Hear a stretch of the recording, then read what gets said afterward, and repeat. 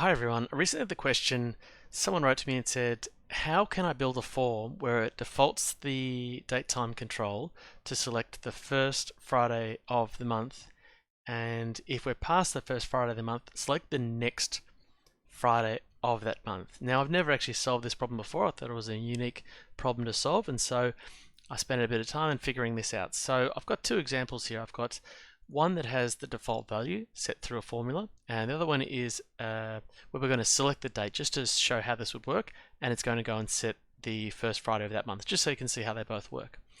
So if we come to preview, you'll see since we're on the 16th of April, it's gone to the 1st of May. So if we just check and confirm, 1st of May is the first Friday. Now, the other example I've got here is, let's say if I select another date, August the 31st, well, that's going to be September the 7th, hopefully. Hang on, what did I select? Oh, July 31st. July 31st. So then if I selected August the 7th, it knows that's still an active, that's still a Friday, so you could select it if you wanted to. Now, if we select the 8th, it's going to jump to September 4th. So it's you know, you can select any date you want, and it's always going to jump to that next Friday if the Friday has passed.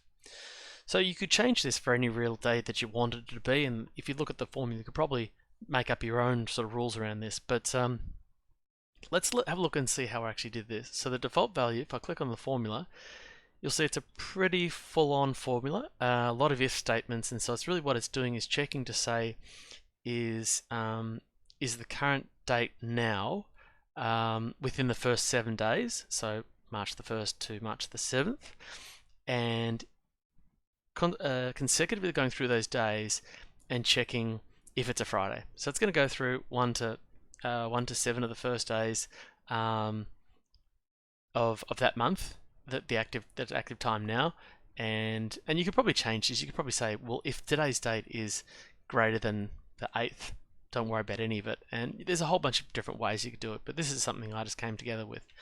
So let's jump into Notepad and have a look. Notepad. So there we go. So Notepad. So how does this actually work? And so, as I was saying, there's a lot of if-else statements, and the first 7 are really around checking the date time now. So the first thing I'm doing is formatting for the date time now, and ignoring that I'm doing a date redundant sort of function of saying adding 0 days. That's purely for formatting, so it's more readable.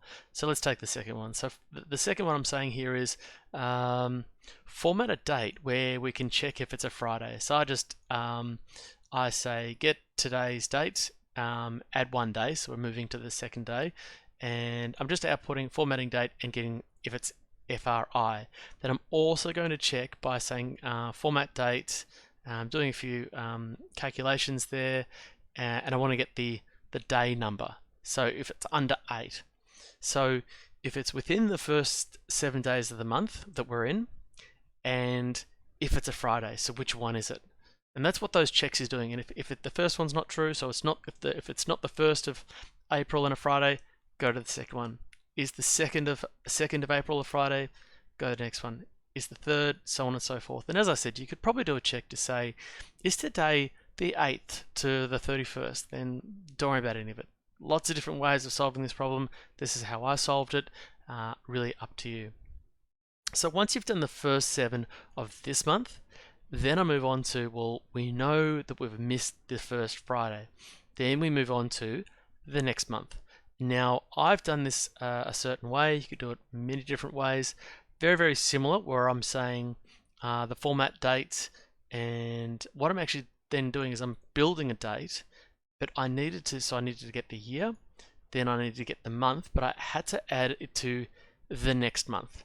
And the other thing is I didn't just want to add a month to today's date, because I needed to know if it's within the first 7 days. So if I took it from today's date, it wouldn't be within the first 7 days. So I built it so it's get me the year, build a number out of it, get me the month plus 1, so we're moving to the next month, and then hard coding days of 1 to 7. And then finally I check to see, I output, so I do a format date and just get the shorthand for the day. So I'm saying, well, if it's a Friday, we're good to go. and then we do something similar here where I build a date. So again, building up the year and the month and then the day, and then we pass that back to the control. Now, if everything fails, if we can't find a Friday in the first 7 days of this month, or if we're past it, or in the next month, then I'm just going to fall back to date time now. So not a bad way to end it. So that's how that works in the default value. If I came to rules, I do something very, very similar. So I'm saying select the first available Friday, and they're saying if the date time for input, which is the second one, if that's populated, then go and set the value of the third control, which is this one. So we come down here and we've got the function again. Now this is slightly different because what it's doing is actually checking the value for the second control, and then once it's really just changing that for date time now. So once you've got that, we set the control to read only, and that's pretty much how it works. So I'll put the formula in the comments.